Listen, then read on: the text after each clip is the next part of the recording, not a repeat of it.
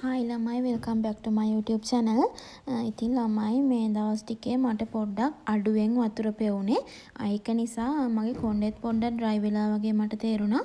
ඒක හින්දා අද මම කරන hair treatment එක තමයි මේක. ඉතින් මට හිතුණා ඔයාලත් එක්කත් ඒක share කරගන්න. ඉතින් ඔන්න ඔය දේවල් තුනෙන් තමයි මම අද මගේ hair treatment එක කරගන්නේ. ඒ විටමින් කරලක් තියෙනවා. මගේ hair oil එක තියෙනවා. ඊළඟට කෝමාරිකා ඉත්තක් අරන් තියෙනවා.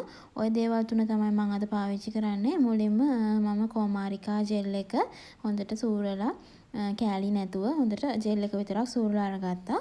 ඊළඟට මම ඕකට E විටමින් කඩලා දානවා.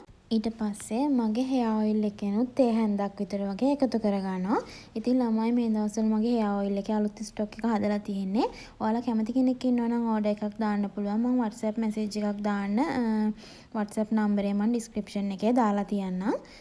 ඉතින් ඔයාලගේ කොණ්ඩේ ප්‍රමාණය අනුව මේ දේවල් අඩු වැඩි කරගන්න පුළුවන්.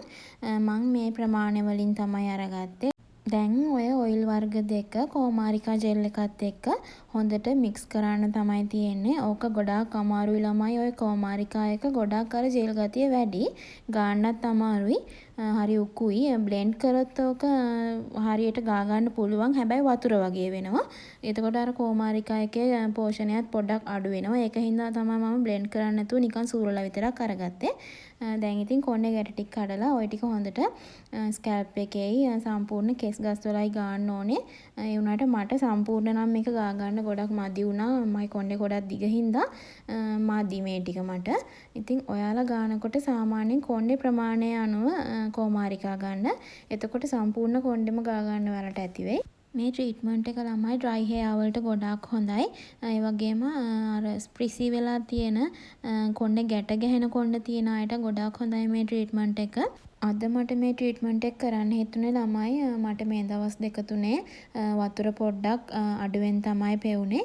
ඒක හින්දා නිකන් සාමාන්‍යයෙන් කොණ්ඩේත් පොඩ්ඩක් ඩ්‍රයි ගතියක් වගේ තියෙනවා. ඒක නිසා තමයි මම අද මේක කරන්න ගත්තේ. මේක ළමයි ගොඩාක් හොඳයි. හොඳට කොණ්ඩේට හොඳ තෙතමනයක් හම්බෙනවා. ඉතින් ඔයාලා try කරලා බලන්න. try කරලා result එක මට comment එකකින් දාන්න. ඉතින් ළමයි ඔයාලට කොණ්ඩේ සම්බන්ධ මොනවා හරි ප්‍රශ්නයක් තියෙනවා නම් දික් වෙන්නේ නැති ප්‍රශ්නයක් තියෙනවා නම් මට comment එකක් දාන්න. මම දන්න විදිහට ඔයාලට කියලා දෙන්නම් කරන්න ඕන දේවල්.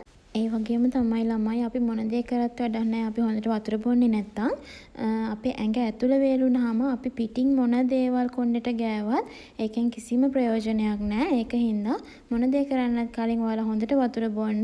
අපේ ඇඟට හොඳට වතුර ඕනේ අපි කරන දේවල් වල පෝෂණය උරා ගන්න. ඒක නිසා ඒකත් මතක් කරන ගමන් එහෙනම් මං ගිහින් එන්නම්.